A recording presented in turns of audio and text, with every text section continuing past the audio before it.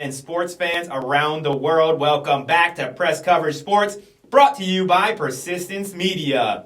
And we are here at the Mel Eats Yellow Table. Mel Eats is a meal prep service that is exactly what you need to start your New Year's off right. Take the worry out of the cooking, the right meals to stick to your diet or your workout plan. Let Mel Eats do that for you. Their macro-based approach to nutrition will help you stay on track in 2023. Without further ado, let me bring in my co-host, my man, Jeremy Schiffman, back to the Yellow Table. What's up, brother? Jason, my man, happy New Year's to you. Happy New Year's. Holidays. It's Happy good holidays. Yes. Back. We had a lot of good times with the fam. I'm sure you and I both over the last few weeks, but good to get back. A lot of good college football, NFL, of course, if we get into everything going on in the sports world. Yeah, man, it was. It was a great holiday season, but I'm excited to be back. We took a pretty long gap, and that's my goal this year is to be more consistent with you, putting out great content for our fans out there. We're going to start getting full episodes up on the YouTube channel, hopefully here shortly. So it's going to be good stuff, and I'm looking forward to 2023.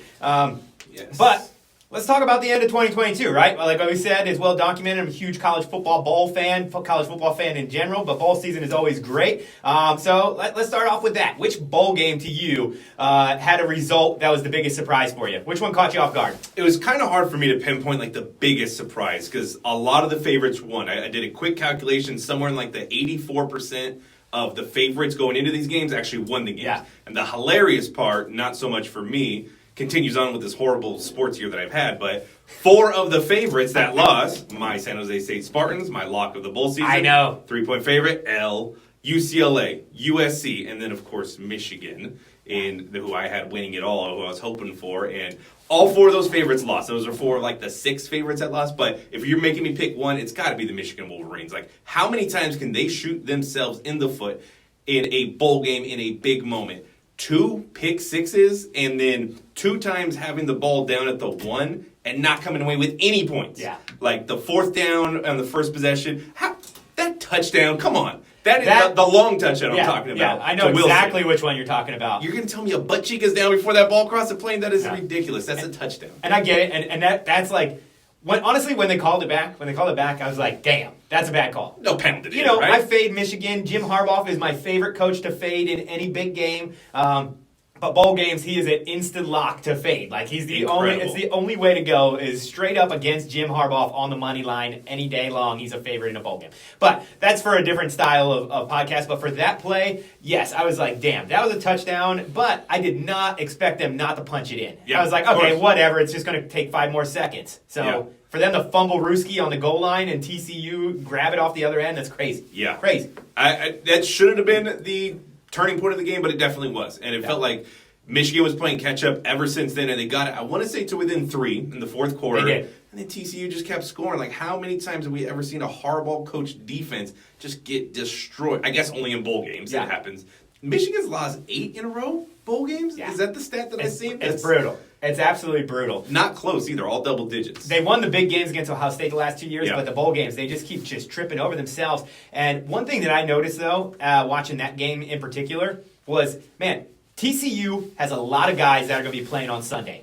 Watching that team, Big 12 always gets kind of faded as, like, not the best Power 5 or the weakest Power 5 conference. Yeah. And, bro, that TCU team, they were flying around. They looked like they had more first-round talent on that team than the Wolverines did. I was shocked. Like, Quentin Johnson, I love him. I think he's the best wide receiver in the draft. I thought that before because I watched them play. Plays. I watched a lot of Big 12 games this year, so he was already on my radar for that game. But, man, LaDainian's nephew, Hodges Tomlinson, the cornerback, kid is a stud. He can play. And then that Winters, number 13 guy, I don't even know who he was, but, man, he was jumping off the tape to me that game. But speaking of that touchdown, though, did you see how the referees actually spotted the interception the play before 2 yards back from where it was? I noticed that briefly, and I was like, they didn't really make a big deal about it. But what's they did. But so it's like clear as day. The guy dives and intercepts the ball on the TCU side of the 50-yard line at the 48.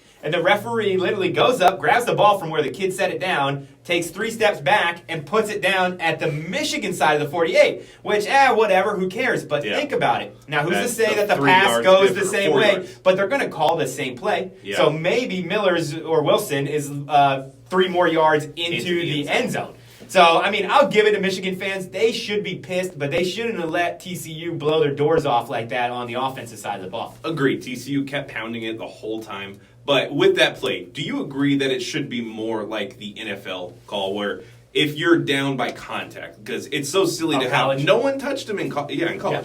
No one touched him, and he fell a half an inch short. Like, he rolled into the end zone. That's a touchdown if there's ever a touchdown that I've seen. The down by being down is one rule that I don't understand in college football. Also, the 1 foot. I don't get it. Like, why can't that just be normal football across the board? Yeah, I think it will change. I understand high school being down by ground contact because there is some risk for you trying to get up and somebody running at you full speed, you get plowed, you can get injured, and obviously with all the injuries that are going on, I think we should take a moment to acknowledge that this is being recorded after the Damar Hamlin incident on Monday night, and I'm glad that all the prayers that myself and all the football fans around the world have been sending to him are seeming to work magic on him, and he's conscious, he's moving, he's able to write down. His first question was, did the Bills win the game? So that sounds like Damar is going to be Damar in some fashion when this is all said and done. How about the physician's response to that? Did you see that? So he writes down, did we win the game? And the physician, the doctors there in the ICU unit say, yes, Damar, you won. You won the game of life. You get this second chance. It's chilling. It's crazy, man. It's a crazy story. It's a crazy story. But yeah, I mean, I felt like with that being recorded right after that, we needed to acknowledge it. So I want to take a moment that we're still praying for you, Damar. I hope you get up off that bed and fulfill every dream that you still want to pursue in life. But yeah, so that's what I mean. Injuries, you can never know exactly what's going to happen. So that's probably the gearing behind that rule. But in college, let's change it. You get down, you can get up, run the ball, or whatever. Or you roll into the end zone, you roll into the end zone. But at the end, that's probably got to be the biggest surprise loss, disappointing loss. They were a 7.5 point favorite. Yeah. This was all lined up. He was the 2 seed, Michigan, that is, Jim Harbaugh, that is. And he needed to be the Big 12, the no defense, the all offense type of team that we've seen year in, year out in these college football playoffs never really make a difference, make a dent. Mm-hmm. Oklahoma gets blown out. They give up way too much, and Michigan did not get it done once again. Very disappointing. Yeah. So big ups to the Big 12 for not being that same prototypical Lincoln Riley type of Big 12 team. But I'm on the other side of that excellent football we saw on New Year's Eve. And my biggest surprise was Ohio State versus Georgia, right? So the football fan in me wanted Ohio State to keep it close before the game even started. I was like, come on, Ohio State, just give me a game. But I was absolutely shocked when they just came out and blitzed them right from opening kickoff and were up 21-7 and were absolutely dominating the game. It looked like you saw Stetson Bennett on the sideline. He looked nervous. He jumped up like, okay, let's go. But he looked, I saw his face. He looked nervous, and I was like, you know what? This could be the turning moment. You know, Ohio State then proceeded to slip up and let Georgia come right back and tied up 21-21, but then they answered, right? So then they answered. They hit that big play right before the half with 30 seconds left, ended up going into the half for the lead. But they put up 28 points on the Dogs in the first half. Yeah. The Dogs only gave up 28 points once in the last 2.5 seasons. And that was against LSU in garbage time. LSU in garbage time in the SEC championship game. They scored 10 of those points in the last 9 minutes of the game, and they were down like 52-17 or something. Yeah. So I mean, people just don't do that. So I was shocked. I was absolutely shocked that Georgia let Ohio State hang around, or that Ohio State was able to hang around. I mean, Georgia played a pretty good game. And to me, the biggest surprise out of that was C.J. Stroud is now the number 1 pick in the draft, if I'm the GM. Like, he played himself. Over Bryce Young. If he played himself into the number 1 pick in the draft. I'm going C.J. Stroud after watching him play against that Georgia D. He was incredible. We knew that coming in. I called it on our last show. I thought Ohio State, Michigan. I thought we were getting that rematch. Yeah. It's hard. I kept saying it's hard for these teams to repeat on a college, either basketball or football status. It happens very rarely. Georgia went undefeated the whole year to defend their championship, so they had every big game coming into it. You kind of felt like if another good team playing great that Saturday, Friday, whatever day of the week it was, they could be beat. And Ohio State came out. They were up 38-24 late in the third quarter. They had him. Ohio State had them. They were lined up. How about the kick to end all kicks with the countdown of New Year's, East Coast based, obviously. Right when that ball is snapped, it's 3, 2, the ball is up, and then, of course, he misses. The kicker... Was it really timed exactly with the ball dropping? Sliced identical from when the ball was snapped to Happy New Year and the ball's up in the air and it's no good. Oh shit! I didn't even realize I was literally at a New Year's Eve party / birthday party. Right. Shout out to Al, it was an awesome party. But I was watching on my Hulu app. Yeah. I had no clue what that it was actually timed with. But it's with right 9 p.m. for us, yeah. of course. But, Yeah, for the New Year's of the country or whatever. and where the game was being played in Georgia. Oh, that's true. It's Georgia. So that whole Oh, crowd, like shit. this is your New Year's count. Imagine Ohio State fans like, Damn, we're gonna come go. on, Ruggles! Dang it! Could have been a very cool moment. I guess it still was for the opponents Opponents in Georgia. Happy They're New Year, probably Kirby happy. Smart. Yeah. And it was a home But game for Georgia. Stetson Bennett, watching him just like mature, he already looks like a mature 35-year-old man, but Seriously. mature on the football field and come up clutch in those Yeah. big moments, and we've seen it now for 2 seasons. A pretty unheralded story that we don't see normally in college football, especially at these big schools where you're going to get the top 5-star recruits year in, year out. Justin Fields. They had Justin Fields. Right. They had Justin Fields. They had JT Daniels. JT Daniels was the Gatorade football player of the high school, year. So. Left SC. Where's he at now? I think Missouri. He went from West Virginia now West to Virginia. no. He was at West Virginia. He transferred again. Oh my! I forget where JT's lining up next year, but keep rolling around I college. know, and it's a shame because I feel Yeah. like he could be good, but he's never sticking it out anywhere. Yeah. He's noodling around, so no consistency. But Fair enough. Yeah, I'm rooting for you, JT. But CJ played his way into the number 1 pick of the draft. If you ask me, he proved that he can play in the big time games. He blew the 2 Michigan games, but then you look at his 2 bowl games. All right, Peach Bowl and last year's Rose Bowl. You look at him, 348, 4 touchdowns this year in the college football playoffs against one of the best defenses in the country. And then, if not the best, probably the best. And then last year against a very formidable Utah defense, which is always tough, Yeah. he threw up 573 and 6 touchdowns. So, I mean, it's over 900 yards and 10 touchdowns in the 2 bowl games he's played. I mean, that is Rose Bowl nuts. last year was nuts. That is nuts. CJ Stroud holding it down for SoCal. Good for you, kid. Good job. But speaking of SoCal, someone was not holding it down for SoCal. So this next topic, right? USC blew it against Tulane. Lincoln Riley did Lincoln Riley-like things in bowl games. This topic, what do we think USC needs to do to turn their defense around this offseason to be a true contender for a national championship next year? I'm going to talk on this first, right?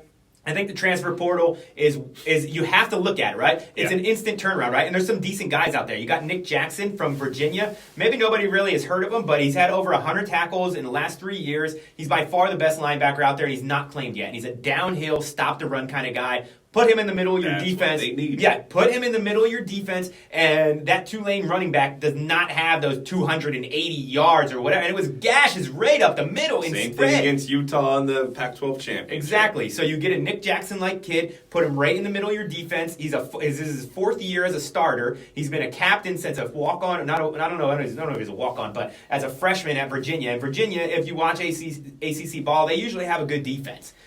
He was coached under Bronco Mendenhall. So, I mean, kid's good. He could be an instant help for the run defense. Then you got Darian Chestnut, who ranks 6th in the nation in man-to-man pass coverage breakups, looking to leave Syracuse. Okay? So he gets to come over to the bright lights of Hollywood, find this guy an NIL deal, make him come to USC. All right? Exactly. Put him on the corner. Now you got one of the best lockdown guys, got one of the best middle linebackers, and then you got Thomas Gore, 6th highest ranked interior defensive lineman in the country for the past 2 years, coming out of Georgia Southern. Nobody's ever really heard of him, and yes, it's Georgia Southern. So you got to take that, apples to potatoes kind of comparison when he comes over to the Pac-12. But even if he's just a bit of that, and he's going to want to come. 6th ranked? 6th ranked, 6th highest, and that's from Pro Football Focus. So he's got the 6th highest ranking out of all interior defensive line. And everybody else is like behind Ohio State guys, Georgia guys. Kid's the real deal. He's like the only one out of some random college. So you should be able, if you're Lincoln Riley and that USC scouting regime, you got to be able to convince a kid from Georgia Southern that he wants to come to USC. That should be an easy sell. Yeah, absolutely. You got to be able to find a way to do that. But to me, the number one thing, Lincoln Riley, is you got to finally fire Alex Grinch. Get rid of this guy. I don't care if he improves defense. You know why he improves defenses? Because he's inherited literally the worst defenses in the nation. Can only go up from Exactly. here. You take the 113th ranked defense and make them to the 60th. I'm not going to crown your ass. You're already inheriting. You're at Oklahoma and USC. These guys are all 4 stars. Right. The backup is a 4-star. So it's like, okay, good job, Alex Grinch. But you look at him, Lincoln Riley is 1-4 in bowl games. And you know what else is common with that? Alex Grinch has been his defense coordinator in every single bowl game he's been in. And how many points have they given up in every single game? 45.6. Yeah. You ain't going to win too many games giving up a 45 pack, Jeremy. Well, at least they were on par. They gave up 46 even Exactly. in this game. I mean, so. they're holding steady, man. I mean, and actually that's watered down because it has the one win when they beat up Dan Mullen's Florida team a few years back. So it's like, and they only gave up 20 points in that game. So you take away that 20. And then giving up 63, 56, 58. So, I mean. That was the Joe Burrow that 63 from the LSU. Yeah, Joey B, man. But yeah, so that would be my instant fix for SC, and then maybe you can consider that. You know, I don't know what DC you get, but you got to do something. Instead of focusing on the negative, USC and their defense, give it to me. Their offense is phenomenal. It is. Caleb Williams was in such a groove down the stretch, and it is not his fault at all that USC lost the Pac-12 championship. And then they were up the entire game. He's the Heisman. Well-deserved. Watching him move around in that pocket, even without his top 2 or 3 targets out there, making the next 4, 5, 6 wide receivers on this team still look like stars in this bowl game was great to watch. Just having his maneuverability to get out of the first contact, still stay behind the line of scrimmage, and then just beautiful drop passes and the ability to run even with the sore hammy. He is phenomenal. This offense was phenomenal. So can they shore up the defense? Yeah. Yes, and you already alluded to it, but 2 different set of two-word phrases are the reasons why. The transfer portal and Southern California. That is the selling point right then and there. So everything you said with the great insight of the various players that are going to enter that portal, it's going to happen. You're going to lock 1 to 2 to 3 of them down. You're going to shore up that defense instead of being 70th, 80th worst or whatever it might have been this year in the nation. You're going to get into that somewhat top third of the nation to go along with a very elite offense next year. Caleb's coming back. It's good recruiting class, too. There's going to be a freshman or two that contribute. Of course. So they were in it this year. To say, is the bigger question, can they compete for college football playoff next year? Yes. So I'm not talking playoffs. I'm talking about national championship, right? If you're in the playoff, you have one game to get to the championship. But with that defense Lincoln Riley has proven, you get to the playoffs, that don't mean jack shit. That defense has to change. Yes. And you have to get a couple more pieces of talent in there. If they were to go up against, if they would have gone into the 4th seed, or they would probably got Georgia, of course, in the first round. And that would have been tough, but it would have been a 40 to 50 point game, maybe 55s, some crazy type of score. I could have seen that go up to. I don't know. Georgia could play some tough man-to-man defense. I would have loved to see USC. Ohio State put 40 plus on. I know, and they looked really good. You know. So with that said, right, great segue to Georgia again because the Dogs are on the biggest stage yet again. So we got coming up this Monday the biggest game of the year, college football. I'm excited for it. Jeremy, I want to know what's your biggest key to each TCU and Georgia to come away with the chip this Monday. Start with Georgia, and it's become legendary. I harp on this a lot. I look at the bigger picture rather than just the individual game, and I know it should be flip-flopped and looked at just this game, but when a team like Georgia, who's been a big-time program for years and years and years, but never had that national championship success outside of a lone one in the early 80s, now what we've had since Kirby Smart has fully taken over this program and has got multiple different talented. It really starts in the trenches for Georgia. 100%. We're 100%. All fully aware of that. And I love when a defending champ can run the table through the regular season, fight through adversity in that college football playoff against Ohio State. And that game against Missouri, too. Missouri had them on the ropes, too. So they had 2 close calls this year. The Tennessee game earlier in the year, 1 versus 2, we rarely get that, but just to see that on a Saturday afternoon, and it wasn't a contest after the first quarter. It was a boat race. They met every match this entire defense of their title. I love watching that. Get the heavyweight champ in there. Less than the X's and O's for me. It's for the mentality of those players, be willing to be legendary that afternoon, Monday afternoon now. Be some dogs. Yeah. And who's that coming down the tracks? Yeah, because then you're in the history of college football forever. Back-to-back champs. Back-to-back champs and undefeated both seasons. Oh, no, they lost one. They lost to Alabama, but they got the redemption against them. So, yeah. So, it'd be a hell of a run right there for Kirby Smart. Instant dynasty stuff. The obvious stuff is rush the passer and run the ball effectively, which Georgia's done, and then Stetson Bennett, if he can come through again. For TCU, gosh, I feel like it's fluky. You're telling me they have NFL players all along the board. I think they do, man. They looked good. They definitely looked good against Michigan. But like, and Michigan had a great O-line, and their interior defensive line was eating all game. They had J.J. McCarthy running for his life that entire game. do you really feel that Max Duggan is going to be like that player in the moment of this game? Like his passing stats of this last game are not that great, and he does run the ball. It seems like it's always timely first downs, but I still don't see how they are at this point. And they literally should be undefeated. They should have won that Big 12 championship outside of a turnover or a fourth down that they did not convert. So. Yeah. I mean, and TCU's battled all year. They've been in a ton of close games against what the bowl game season has proven tough Big 12 opponents. Now, Kansas State, they got housed by Alabama, but they played all their starters. I was not surprised by that at all. Yeah. But the Big 12 teams fared well. Kansas lost their bowl game, but man, were they fighting in that. That was probably my favorite bowl game to watch. You know, but getting back to Max Duggan, I mean, yeah, I think he's good. I don't know if he's good enough to beat Georgia, but I also feel weird now betting against Hacksaw Jim Duggan's son after he's proven this many times. You know, and that's a true fact. If you're out there, you don't know who Hacksaw Jim Duggan is, look him up. But Hacksaw Jim Duggan, Max Duggan's dad, so you can't vote against him there. I will just say this, in football specifically, sometimes you just got to be lucky, and you ride that wave of different, like, multiple pick sixes in the game against Michigan, and the but down at the one that wasn't actually a touchdown that should have. Sometimes you just got to get lucky in these games, and one or two plays go your way. You ride that momentum wave, and who knows, Monday night we might be saying the TCU Horned Frogs are the national champions. Which sounds absolute blasphemous to me, but crazy. It is crazy. I do like Max Duggan. And I think that he's going to play on Sunday somewhere. He's going to play on Sunday somewhere. I'm not saying he's going to be a Pro Bowler. I'm not going to say, you know, but he could be another Andy Dalton TCU Horned Frog Day. Kicks around the NFL. I like Taysom Hill type? Gadget player? I don't know. He won't be a gadget player. I don't think he's athletic enough to be a gadget player. And I think he can throw the ball. I mean, he plays in a pro style system right now. Yeah. The way that the routes that Sonny Dykes runs. One thing Sonny Dykes has always been able to do is run great pro style offense. Right. He's a great coach. I'm super happy for Sonny Dykes to be in this position. I think technically, probably the biggest key should be Max Duggan, and is he going to be able to run the ball? He's going to have to be able to do that. He's going to have to be able to expose Georgia just like he exposed Michigan. When they give him 8 yards, he's going to go take it. Yeah. Even if he puts his shoulder down to get the 6th, 7th, and 8th yard, he's going to have to do it, and he's going to have to hopefully get up off the ground. Yeah. Stay healthy. Yeah, so stay healthy. That's going to be key. But to me, the biggest key is going to be winning against man-to-man coverage, right? Because the man-to-man coverage really struggled, right? Georgia's supposed to have this great secondary. They got Ringo. They got all these 5-star guys across the deck. They're constantly getting picked in the first round out of the secondary or early second round. Ohio State exposed them. Yeah. Anytime they went man on C.J. Stroud, he absolutely shredded him. All 4 touchdowns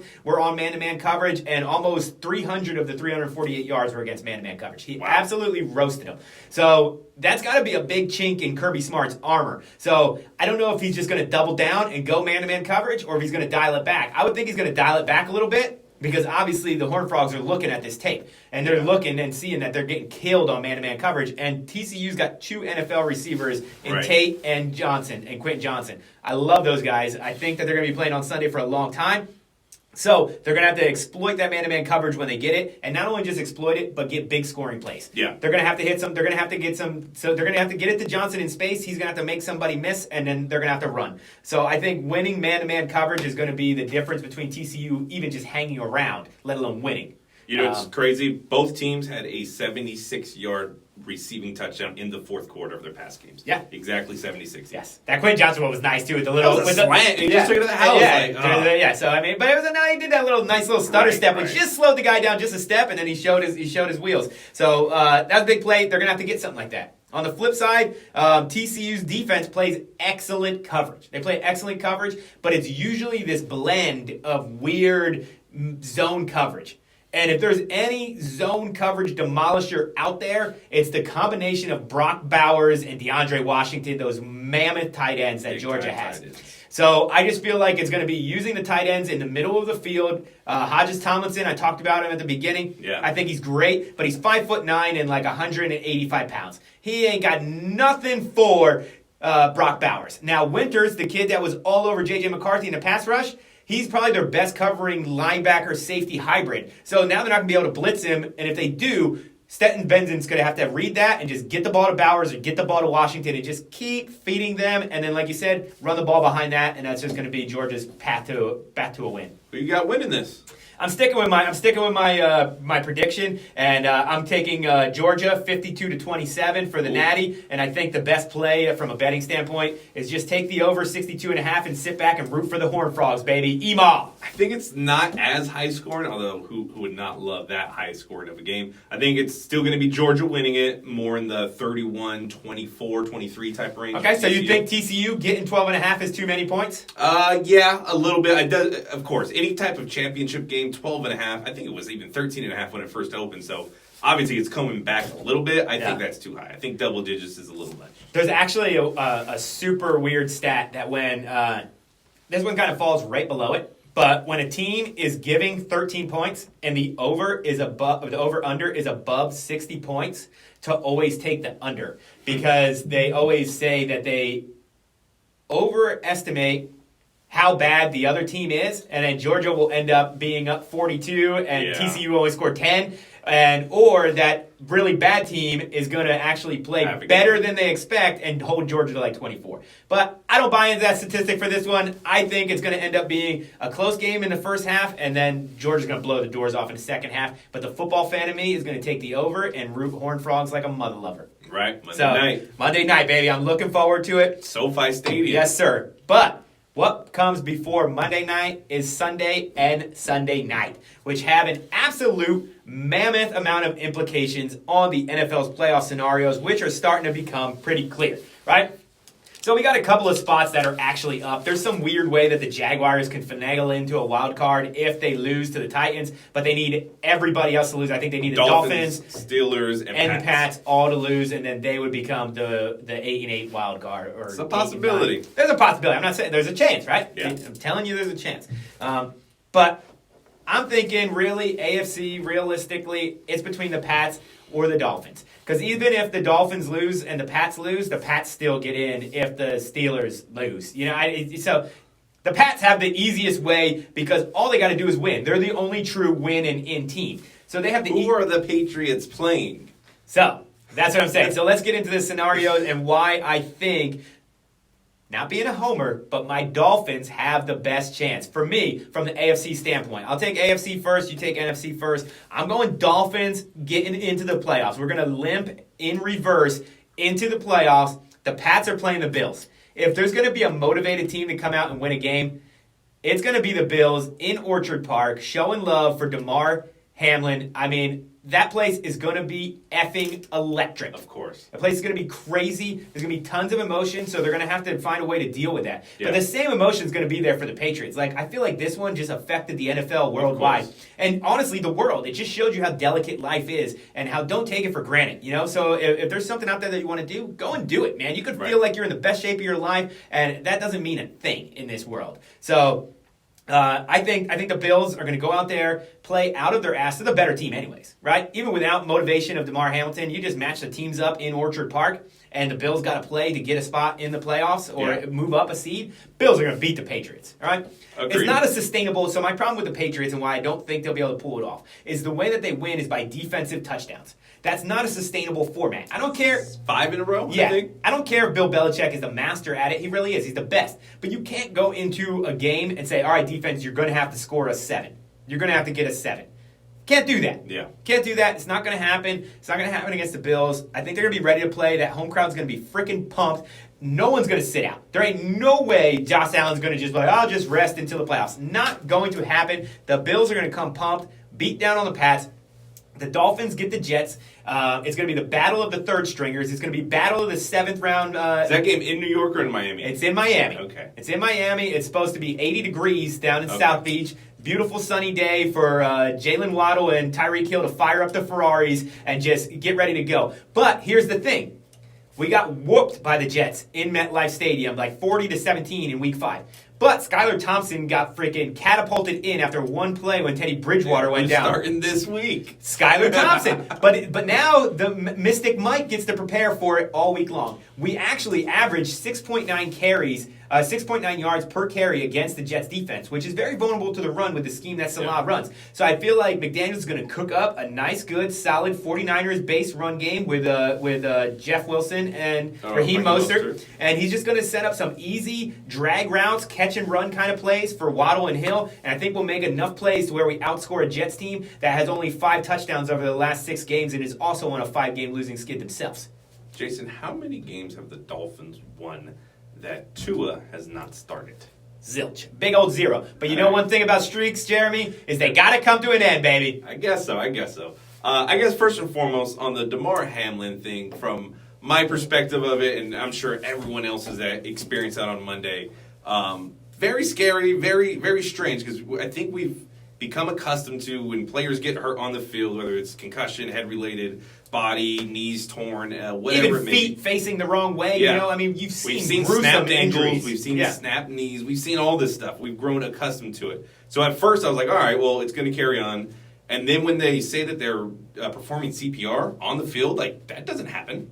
No. And why did it take 40 minutes? And then once we realized the magnitude of what's going on, it kind of changed everyone. And I'm very curious for you, because for everyone else, this is the championship of fantasy football, the very last game to be played. And unfortunately, it didn't happen to me, but every league that I was in, it came down to this game and people on each side. And it was very, like, that all felt, that was by the wayside. It didn't mean a thing. For that Monday and Tuesday, like, every league I'm in, both of the people in it said, you know what, we're splitting it. This is a different event type of thing. And my league, the one team was down by 26, and he had Josh Allen going that night. So I mean, there's an easy, realistic, exactly. And it's for a big pot, you know. And not to say that money means anything. That's where it's like everything took over. It's exactly what I'm talking about. Like, the next day, the 2 people in the league were like, you know what, we should split it. We'll call it even. This is different times. Just hope like we didn't witness something that hopefully none of us witness a death on a field of football. That's pretty scary. Like Hank Gathers in college basketball in the 90s. Mm-hmm. This happened to. He went up for a dunk, had a little cardiac situation, came down. They actually made a movie, The Sixth Man, with Marlon Wayans in the 90s. That was kind of playing off of that. But there's the kid in G League too a couple years ago that passed away. For NBA? Yeah, G League? Yeah, G League. I forget what his name was. I just read it too, so it's my bad for not having it prepped here. But yeah, there's been a few cases, but here's the thing. It's never been Monday night. It's never been right there in your face like that before. You know, you read the articles, you hear the stories and stuff like that, but I mean, man, this was just definitely made me think about it. Like, you have kids. Yeah. I only have a daughter right now, but just like the thought of, would I ever let my offspring play football? And it's like, why? And I love football. You love football. We probably grew up playing football, and I've got a couple injuries from high school. You take that in, but at the end of the day, thankfully over the 72, 80 hours this has transpired since that injury, it's been somewhat positive news. Yep. And what we heard today, as we already mentioned earlier, of his first question was, did we win the game? Like, that athlete's mentality. That's a football player. You can't turn it off. That's Damar Hamlin. So that's beautiful to see. Yeah. It's beautiful to see the donations to his charity for the toy drive. So just wanted to put all that out of the way because of how the motivation may be for. It's just great to see Bills. humanity coming together for a second and just saying, damn, I hope he's okay. Like, we fight all year to get a fantasy championship, and literally after that happened, everyone was like, you know what, I don't care. Let's split it. Like, this doesn't matter. That was beautiful. Yeah, the guys in my league split it too, so it's like, that was awesome. You know, but really what's awesome is that Damar looks like he's doing okay. Yeah. And not that it matters, but it does have huge implications. Of course. It does have huge implications, and especially in this case, you know. I mean, while we're on the topic, I don't think it's, you know, any disservice to the situation if we talk about what you think would be the right scenario for the Bills and the Bengals now. Well, they canceled it. NFL came out like late this afternoon, and it's officially canceled. They're not going to replay it. Oh, it's officially canceled. From what I've been sent from my friends and from what everything else that I've briefly read, it's been a busy day, but I'm pretty sure they are not looking to reschedule. Right before we got on the air, I did get like a little thing. The owners will meet and discuss AFC seeding. So that to me told me like, okay, if they're going to discuss it, then they're not going to play it. If Chiefs win and the Bills win, they're both going to have 3 losses, but Chiefs will have 14 wins. Yeah, and then it goes down to because that's so crucial. But the Bills beat them, Correct. And that's been the narrative all season. If the Bills are going to beat the Chiefs, they got to bring it to Orchard Park, and the Bills were set up for that. And then you think about the Bengals. The Chiefs lose. this week, and the Bengals had beat the Bills. Guess who's the One number seed. one seed, baby? Yeah. You're coming to the Natty. Bengals are still up for AFC North. Like since Yeah. they didn't get that win. If they lose to the Ravens, beat them, yeah. it's a pretty. There's a couple games that are going to be jostled cool. a lot of stuff around. And then there's going to be a lot of shitty football Yeah. with There's gonna be backups tons and of third shitty stringers football. on it. But I just wanted to say that about the experience of Yeah. the Damar Hamlin and Monday night and Definitely. everything else surrounding I'm in it. the same boat with you, man. It was great to see humanity come to the aid of somebody that needed it. Here's how I see the AFC playing out in the postseason. Give it to me. Dolphins are going to lose to the Jets. Come on, that man. defense is good, Come and on. Skylar Thompson has not shown me anything that he can win an NFL game. I just think they're going to lose, and we're going to be like, what could have happened if we have an elite quarterback? It's gonna make you eat those words, Jeremy. Tom Brady next year, Dolphins fans. What do you think of 1 year run with Tom Brady? No, give me Lamar. The Patriots are obviously going to lose to the Bills. A lot of the same sentiments that you echoed earlier. The motivation, playing at Orchard Park. They kind of own the Pats now, so I expect that to be another kind of blowout, not even a close game, which puts the next opportunity in the hands of the Pittsburgh Steelers at home against the Cleveland Browns. Like, Pittsburgh's going to win that Mike game. Tomlin's never had a losing season, He's bro. gonna He's get- doing it again. He's going to make it I in love as a Mike 7th Tomlin. seed, and it's going to be whack. They are not that good of a football team, but completely different with TJ Watt in the lineup versus not playing. They were winless without him. They're like 8-3 or something like that, 8-2 with him. So, I'm not putting money on it, but if you're just asking me, and if I was looking at it, You're going Steelers? I think the Steelers are going to get in as a 7th seed in the AFC. That's nuts. And the Jaguars have beaten the Titans. I've been calling it since maybe week 2. I said the Titans are phonies. They're not real. Yeah, Jaguars are going to be. That's why I don't even think the Jaguars losing is a thing. I think the Jaguars are just starting to find out that they're a good football team. Doug Peterson's doing his thing again, so watch out for them next year. But yeah, one thing I will say is I do love Mike Tomlin, so I would not be surprised if that happens. I saw one of the greatest little short videos. I think it was on TikTok. He's got the goat emoji or whatever, and it's like following Mike Tomlin as he's walking through Heinz Field tunnel or something like that. He's like, hey coach, like trying to get a high five. He's like, leave me the F alone, I'm working. And he just he looks back at his tablet or whatever he's looking at. It's Focus, baby. Yes. Focus. Yes. And that guy loved that probably more than if Mike Tomlin would have given him a high five. Yeah. It was better that he did that. So it was great. Mike Tomlin is a damn football coach, right? Yep. That's what he is. He's the old ball coach. But tell me your take on the NFC, right? That's a very interesting one. We got three teams in the mix. You got the Sea Chickens, you got the Lions, and the Packers. I mean, who would have thought that those 3 teams at the beginning of the year would be vying for the last NFC playoff seed? Not me. Yeah. I wouldn't even put $1 on it if it was 1,000,000 to 1, but I'd been a fool. So tell me who you think out of those 3 teams are going to make it and why. All right, so 10 a.m. Sunday is Rams-Seahawks in Seattle. Seattle's favorite in that. That's the rough part. So, That's a 10 a.m. game? Yeah, they're playing that one in the morning, so it kind of... In Seattle? When did they ever do that? Sorry. I'm completely... Okay, so it's 1:15. 1:15. Okay, 1:15. I was going to say, damn, that's that really doesn't weird. happen West Coast. Yeah, No, okay. 1:25, I think, is the official kick. Okay. So that one will take place. Seattle's going to be the favorite. I really root for the Rams just for the drama Me too. of Sunday night. I think Me the rest too. of America is. So Rams are going to beat the Seahawks. The Fighting Sea Baker Chickens. Mayfield. The Fighting Baker Mayfields, baby. We look good on Christmas. I'll take that 50-something odd points against the Broncos. It's always good when your team is the exact reason why a coach gets fired. Yes. Like, we whooped their ass so bad, he's gone on He's Monday. out. Yep. So that's going to happen, and it's going to set us up for winner-take-all Lions versus Packers. It's in Lambeau Field. The grit, everything we've seen from the training camp with Hard Knocks with the Detroit Lions, Dan Campbell, and the randomness that he Biting has kneecaps, said. baby. He is a man. Yeah. Like, that's the type of coach that at first it's comical, but after 2 seasons, players are kind of buying in. They have. He did that in Miami when he was our interim Yeah. coach. He did it in New Orleans when he was the interim Tight. coach I think for, it was- was that for Bounty Gate? I think it was. No, Was that already back at Bounty Gate? He was in there for something, Or and Sean Payton took a leave of absence or something like Possibly, that. yeah. Some weird reason he was interim coach there, but he always wins. He rallies them. Yeah, so I'm rooting for, as everyone else is, the Detroit Lions. You start 1-6 and then turn it around, and now you're 6-1. You're going into or maybe it was whatever. They're 8-8 right now, right? Yep. So do my math. All of them are 8-8, so. I'm messing up here on my math, but somehow we're at 8-8 right now. And the Detroit Lions are going to go into Lambeau. They already beat Aaron Rodgers earlier this year. They are going to pull off the back-to-back against the Packers. and take that throne. We're going to end Aaron Rodgers in Green Bay. We're going to kill him. The Lions are going to finally end that relationship. Rodgers is out next year. He's going to Oakland. Sorry, no longer Oakland. He's going to Las Vegas, reconnecting with Devontae Adams. This is going to be the death blow from the Detroit Lions, finally after all these years, against the Packers, and then Detroit's going to make the playoffs. Are you rooting for that, or you really think that's going to happen? A lot more of the former and less of the latter. So I'm rooting for it 100%. I'm trying to speak it into existence. Manifest it. Very hard to beat Aaron Rodgers at night in late January. Or when he's on a roll, too. Yeah. So with a bunch of stallions out of nowhere as his wide receivers. My God, Christian Watson looks like a freak out there, man. He's uncoverable.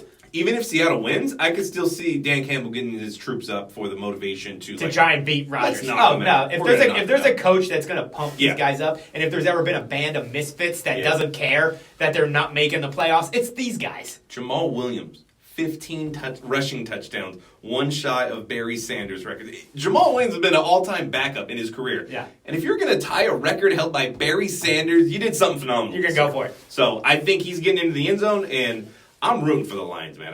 If you cannot tell so far, but yeah, that's going to be a fun Sunday night.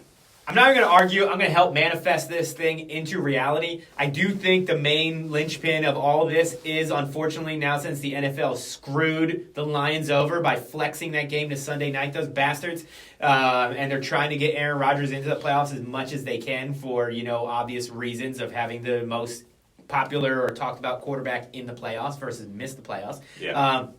By flexing that game to Sunday night, I would have much rather just seen them both play in the afternoon and just sit there and pay attention, ignore my phone forever, and just hope that no matter what's happening, the Lions just need to win. But now, unfortunately, we'll know. And I'm rooting for the Lions, though. Green Bay's playing great, but they're not a good team, man. I don't care what anybody says. I don't care how good they're playing.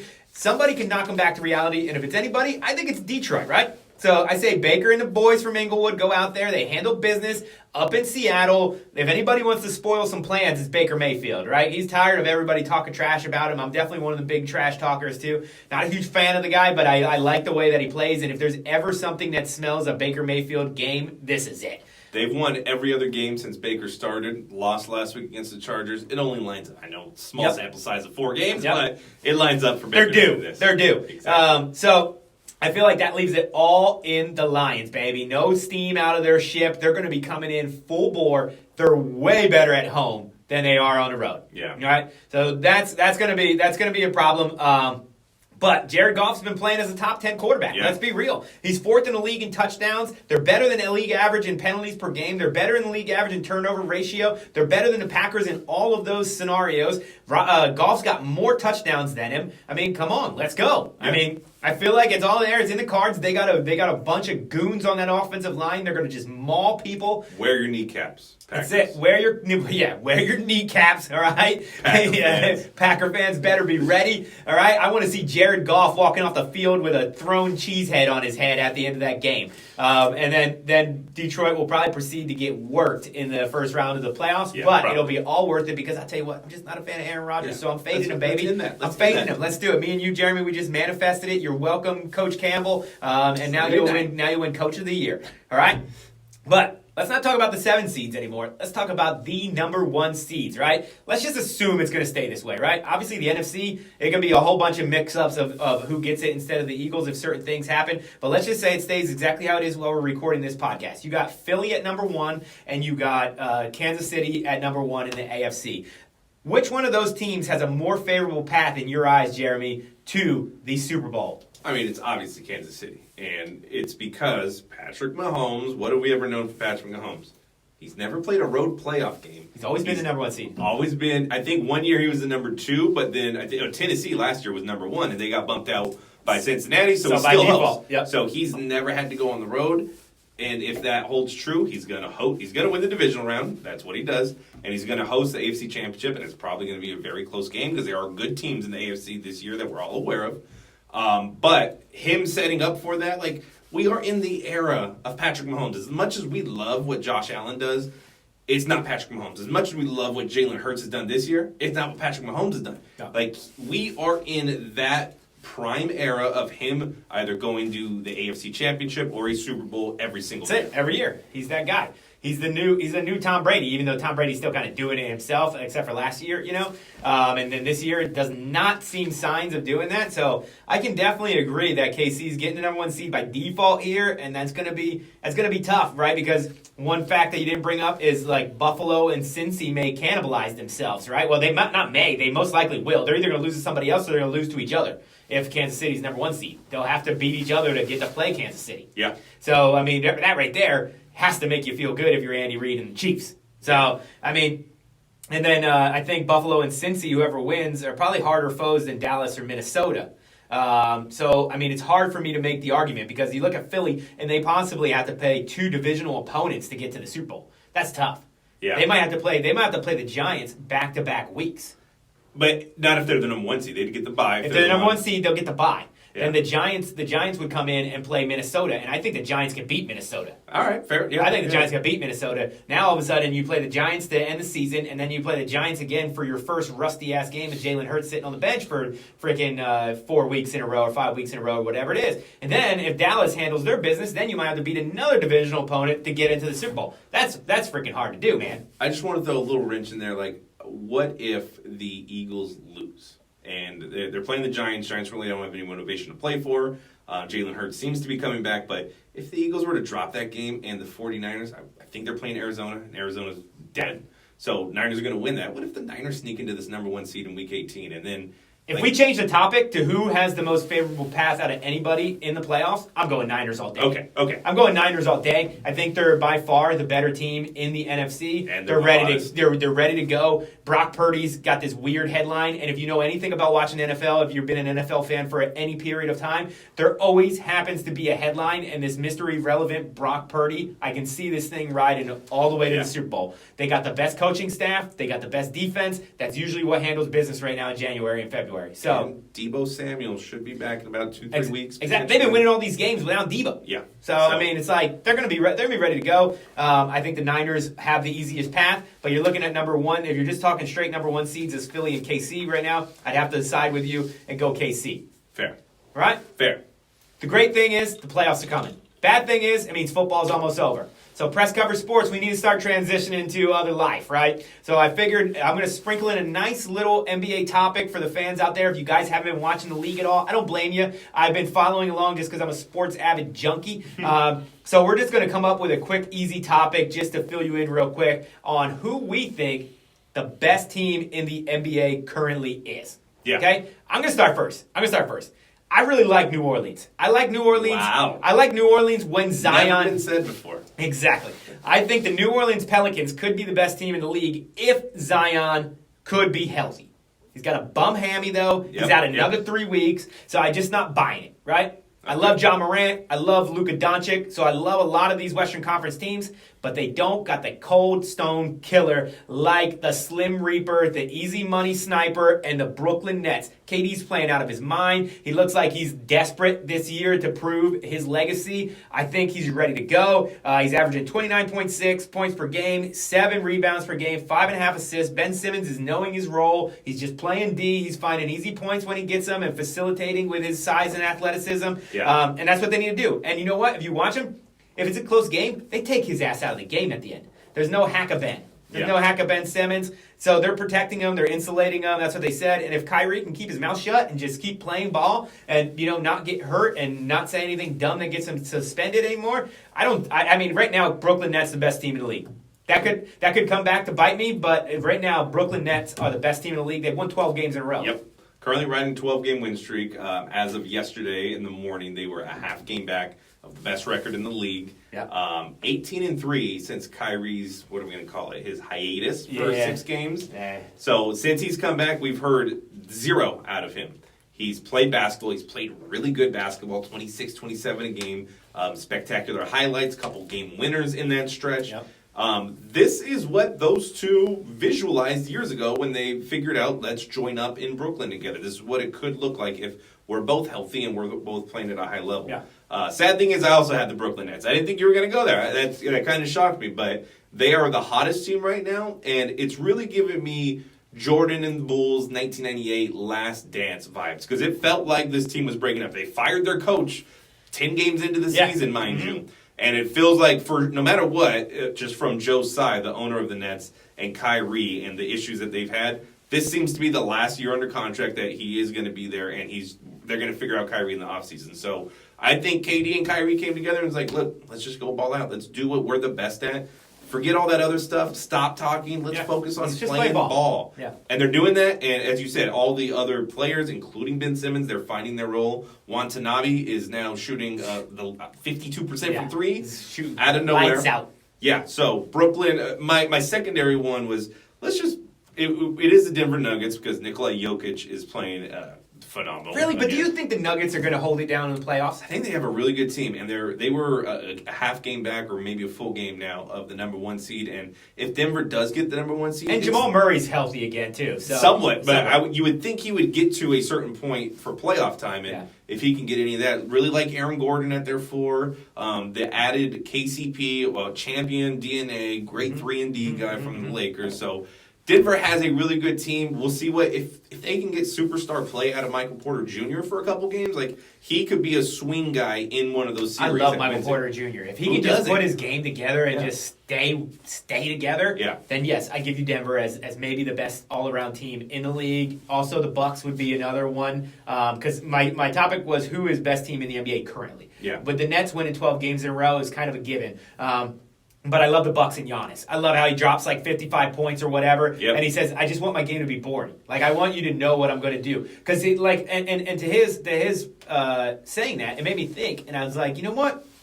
When you think about Michael Jordan, his game did kind of become boring because like he was going to be Michael Jordan like every time he went on the floor. You knew what you were going to get out. He was going to play defense like a mother lover. He was going to hit those beautiful shots. He was going to make it look easy, and then he was going to have a few like highlight plays where you say, wow, this dude is better than him. The only thing Giannis doesn't have that Michael did is that give him the ball at the end of the game and just sit back and let him win for you. So, I mean, they do it in different ways. If you think back to the Game 6 where Milwaukee won the title, Giannis finished with a 50, 20, and like 8 assists. Like, he was unbelievable. He made his free throws. He got every board he put back.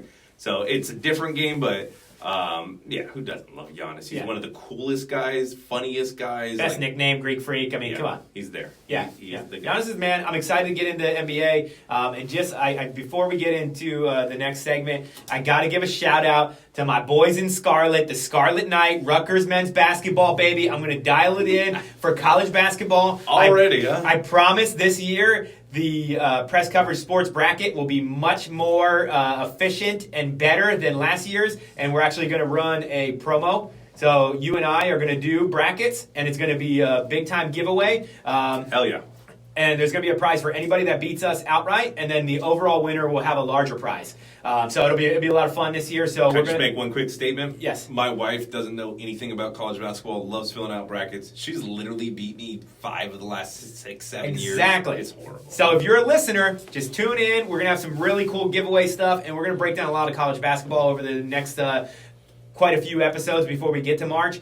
So keep tuning in, keep getting some knowledge, and I hope everybody takes in on that promotion and has a good time with us, because March Madness is my favorite time of the year. But so much fun. Rutgers just knocked off number 1 Purdue. We just handled Maryland. So we're coming, baby. We're coming. Rutgers, national champs. But a little much. As we're getting down here towards the end of this edition of Press Coverage Sports Show, of course, we are going to go to Jeremy's Power Rankings. What's our topic today, Mr. Schiffman, for the Power Rankings? All right, Jason. Really, I like to take a feel of what's going on in the sports world or outside of the sports world and come up with whatever we're looking at that stage. And I feel like there's a lot of records that are either being broken, on the verge of being broken, like Kareem's all-time scoring mark. LeBron should get that in a handful of games.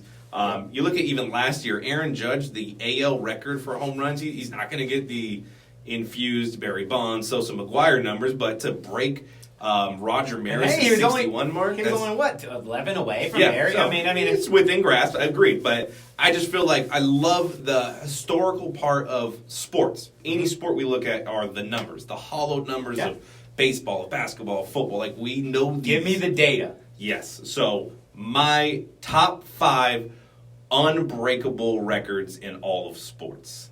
Starting at number 5, Jerry Rice, career receiving yards. He's nearly 23,000. There's a little shade under 23, so 22,895 career receiving yards. The closest to him from someone that's played recently, Larry Fitz got up to 18,000. Larry Fitz was 38 years old. He's retired. That's still 5,000 away. The closest current players are Julio and DeAndre Hopkins. They're in the 13,000 mark. They still have 10,000 more yards to go, and they're not, they're at the latter part of their career. D-Hop, if he had a better quarterback, if he was on a different team, if he's on Kansas City with Pat Mahomes. Could he play for another 8 years? I don't think. Here's the only caveat. Hey, D-Hop is healthy, man. He's using PEDs. He's ready to go. That's very true. We'll see. But someone like Justin Jefferson, if he averages 15 to 17, plus they have the extra game now, so if he averages 1,500 to 1,700 yards per season, and he stays healthy, and he plays 15 to 20 years, he might have a shot. But that's number 5. Moving to number 4, Wilt Chamberlain's 100-point game record. I could easily go 50 points in a season, because that was just a strange 1962 year, but that's neither here nor there. I think the 100-point game is the big number that we always see, and having Donovan Mitchell go for 71 this week it reminds us of Kobe's 81. Yeah. Handful of guys who got to that 70-point threshold, including Devin Booker. I've watched every minute of that Kobe game, and I've obviously seen these other players put up the numbers. It is so hard, and so many things have to go your way just to hit 60. For them to get to 60 to 70, and then the entire arena knows it, no one's getting to 90. No one's getting to 95, let alone 100. Yeah. That stood since 1962. Okay. I like that one. Next is Wayne Gretzky. Yes, I'm going hockey for you. Total points. He has 2,800 total points. These are goals and assists. The next closest is at 1,900. So he almost has a 1,000-point mark lead. And any active player, Alexander Ovechkin, he's at 1,400. He's halfway there, and Ovechkin's like 37. Yeah. So no one's touching He's already played more games than Gretzky. Yeah, and not even close in total points. How about any MLB player to hit 400? Ted Williams will be the last guy to ever do it. 1941. This is over 80 years old. I like that one. And it's just the way baseball's played now. Larry Walker might have done it in that damn strike season. True. On the Twins. Larry Walker was close. Fire that year. Tony Gwynn was close. Tony Gwynn was in the 380s one year. And it's just not going to happen, though, the way baseball's played today. Home runs, strikeouts, no one. 330, and you're a Hall of Famer. Yeah, 330, you're the man. Yeah. But real quick, while we're on that topic, you brought up Tony Gwynn. I saw one of the most interesting random facts on like an Instagram post. I think it was by Dugout Mugs. Shout out to Dugout Mugs. I have a few that are really dope. But it was Tony Gwynn faced Greg Maddux, I think, like Pedro Martinez, and Hall of Famers across the board. Like Tom Glavine or somebody. Like a ridiculous lineup of 3 pitchers like 1,100 times in his career or something. Yeah. It was like it was right over the 1,000. How many times did he strike out? 3 times. Yeah. It was insane. I couldn't believe it. Like, it's not an official record, but holy shit, that's really cool. Yeah, so But that's great. 400, that's a good one. I didn't think of that one. Ted Williams, 1941, not going to happen. I like it. The number 1 record, and this could be controversial. You're going to be like, what? That could easily be broken. No other starting quarterback will ever win 7 Super Bowls. I'm saying that right now. We were just comparing Tom Brady to. That's the most unbreakable. So you think somebody will? It's not going to happen. You think somebody will catch Gretzky before Tom Brady?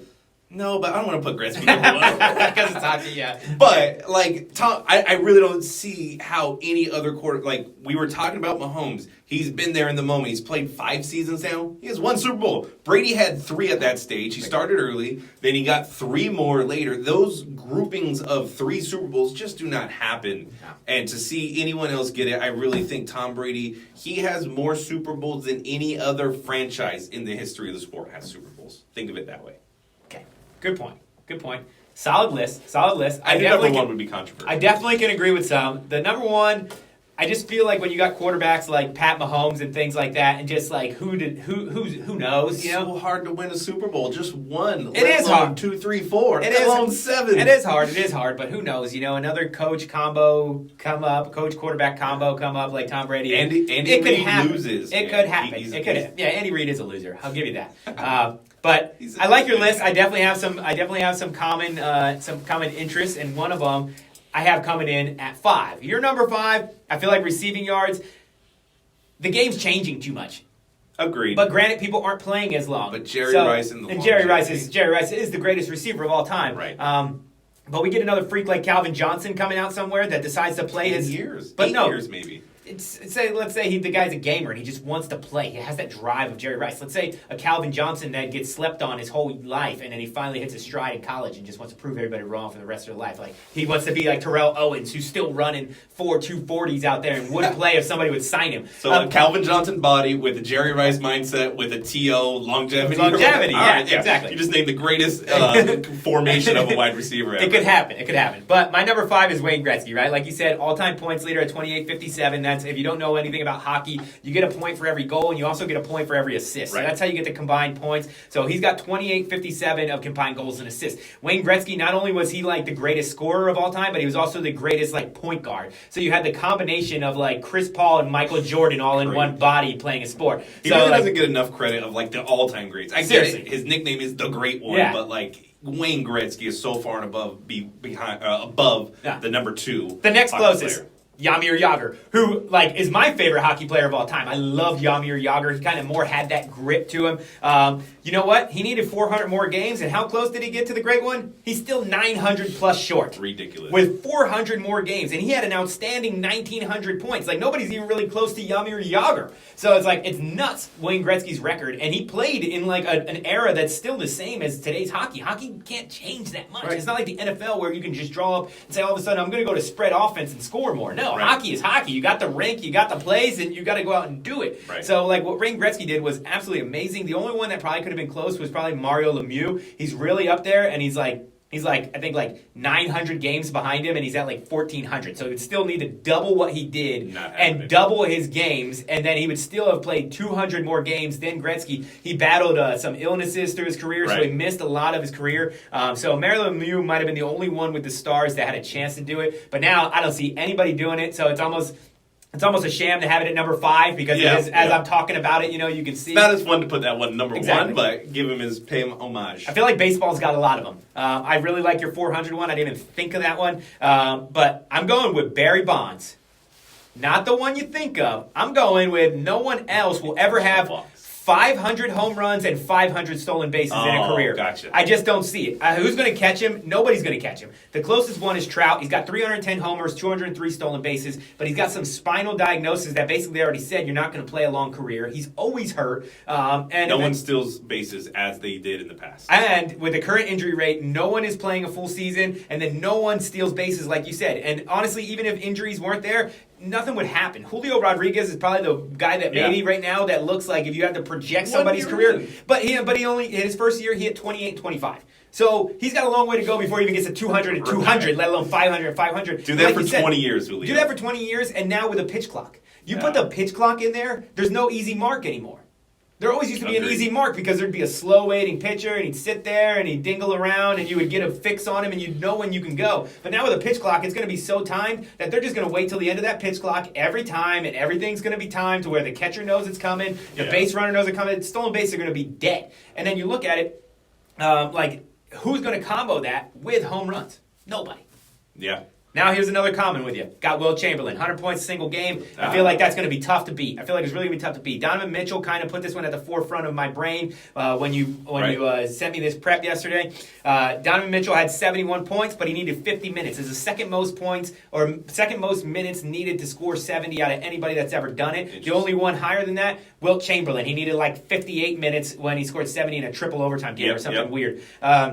And then the closest was going to be Kobe's 81, right? And you'll hear everybody say, Kobe would have had 100 if he played the whole game. So I dug into it a little bit, right? I went into the stats. I wanted the numbers. He played 41 minutes and 56 seconds. Everybody acts like he missed the whole fourth quarter. That's not true. They get that mixed with him scoring 62 in 3 quarters. Yeah, exactly. But even 62, you're not going to score 38 and you're blowing a team out. Exactly. It's not going to happen even if you're trying. Even if you're trying, it's not going to happen. So let's do a little math, right? 81-point game in basically 42 minutes. That means that he's averaging just under 2 points per minute, but let's give him 2 points per minute. And let's say we put him at 48 just like Wilt. So he gets another 6 minutes. He gets another 12 points. He has 93. He's still 7 away from his best game ever, and Kobe Bryant is arguably the greatest basketball player of all time. So Wilt Chamberlain just had too much of an advantage at those times. So that's just one that's just, unfortunately, sports fans, you can put an asterisk next to it, whatever you want.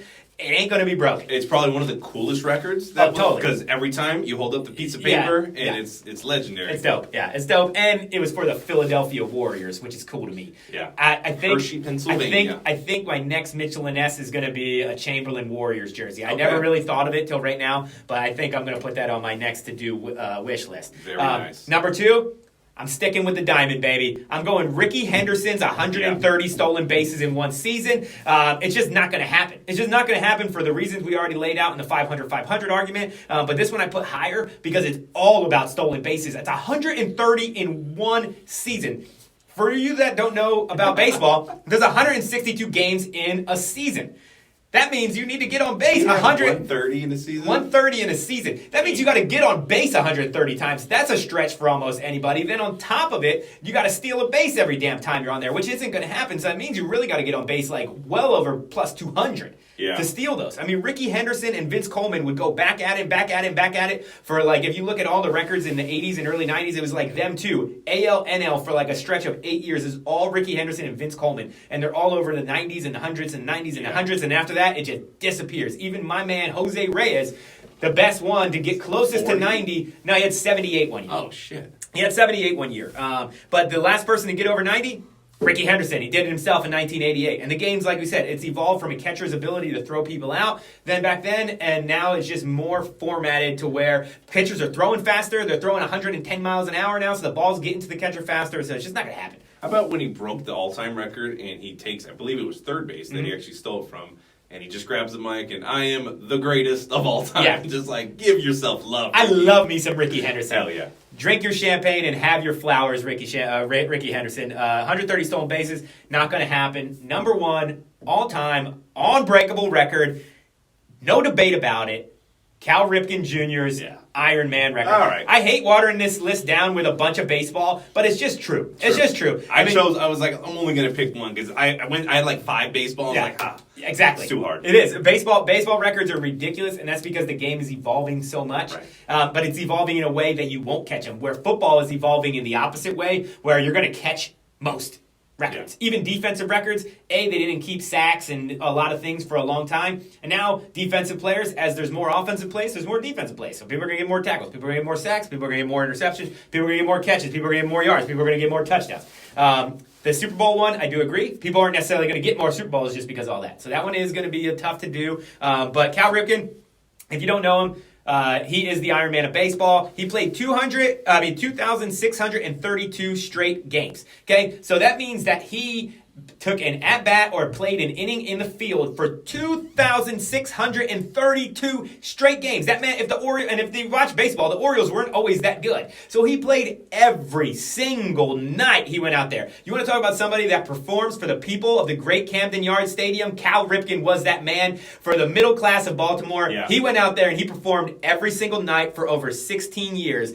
Before him, Lou Gehrig had the record, and that stood for 56 years. Yeah. And he broke Lou Gehrig's by like 1,000. And now in time management and how it's gone across all sports, resting players. Yes. No one's going to catch it. Years. It's almost a cheat for me to use that as number 1, but it's just an obvious. And the last one of the modern era to even come close, to even get near 50%, was Miguel Tejada. And if you're familiar with him, he absolutely crumbled after that. He like never played a season in probably more than 40 games. He was using PEDs. He was falling apart. He was all over the place. And he only reached 1,152. And 9 of the top 10 people on the Iron Man streak list, other than Ruben Tejada, are Hall of Famers. So, I mean, it's a great record. Wow. Only great people reach those levels. So, I'm going with Cal. Yeah, fair. I had him on my tentative list because that is an unbreakable list. I figured you had to. I was like, I don't want to, because it could have been bogged down with baseball, just as we said. Yeah.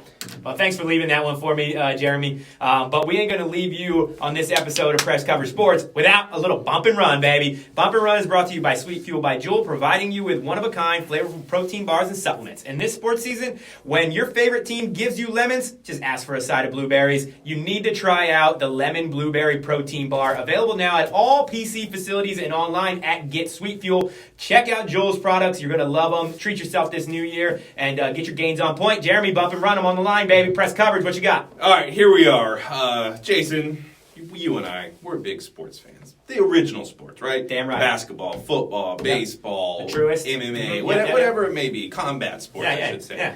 Yeah. But over the last 10 years, decade plus, there's this new wave of sports coming along that we all see. We're like, oh, that's an interesting sport. Cornhole. We've all seen cornhole. We've all played cornhole. Big time. Johnsonville ACH championships. Absolutely. Right here in Ventura. Throw down Spencer McKenzie's, baby. Yeah, exactly. Pickleball. Like, they're popping up new courts everywhere. You got disc golf, which I'm very proud of. I played disc golf I am really? Great. I'm going semi-pro in this, which leads me I've never played. We should do it one day. Oh, love it. I could definitely teach you. But where, Casitas or what? Casitas, and then there's two in Thousand Oaks. I actually went up to the Bay Area to Santa Cruz. The first ever official disc golf course is up in the Santa Cruz Mountains. Okay. Beautiful course. It was pouring rain, but I had a blast up there. That's basically the reason I went. I'm going around traveling to new disc golf courses. Let's do it. I've never played, so you'll probably whoop my ass, but let's go do it. Hell yeah. Okay. So my point being, I also want to throw out there spike ball for those of you that have played it. It's called soccer pong. If you've seen like the big ping pong table where people are kicking and using their head against it. Bocce ball. Ultimate Tag. They're playing Ultimate Tag now on ESPN. Just watched that for the first time last night. Pretty intense. It's like parkour, but intense. Yeah. And then esports. Like, we all are aware of esports. It's blowing Racing up. Drones and all kinds of shit. So, Jason, my question to you is, if you devoted the next decade, next 10 years to one of these new wave sports, which sport can you potentially go semi-pro or amateur in? Ooh. Mine's disc golf. I'll just put that out there. That's the only reason why I wanted to bring this up, to talk a little disc golf on the pod. But what sport do you think you can go semi-pro with the new? The one that I have the most experience with is cornhole, and that experience would lead me to believe that I would not go pro, though. So I wouldn't throw cornhole out there. I'm agree. Cornhole's rough. Cornhole's tough, man. And when you watch the pros, they're just like four baggers every time. Bam, bam, bam, bam. It's like you literally got to make one on the board and three in the hole to actually, lose. Like, if you do that, that's a losing round for you. So I'm not going to do that. Not cornhole. Ultimate Tag looks interesting, persistence culture has got me in shape, and there's a little bit of like parkour movements that I probably never would have been able to done in my earlier years. So now I might be a little bit better than that. I'm getting back to my faster speeds that I had back in high school. So after watching that for the first time, it looks interesting enough. I feel like if you strategize right, you can stay away from like the official professional taggers or whatever. Right.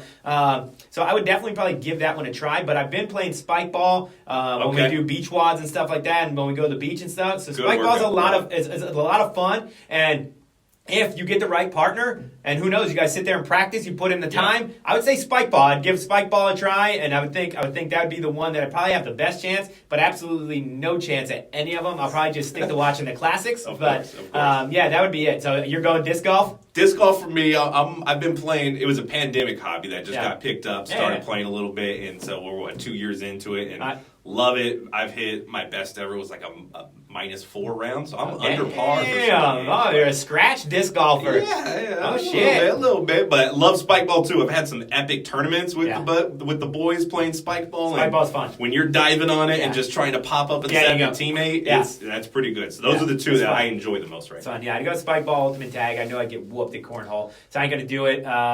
Jeremy, we'll get a disc golf round in there. We'll get a disc round golf. Let's link up sometime soon at Casitas, and you can teach me, school me to the game. But thanks for being here. Thanks for chopping it up. Thanks for debating it. Power rankings were on point this week. It's been a great episode. All the Press Cover Sports fans out there, thank you for listening. Tune into our YouTube channel.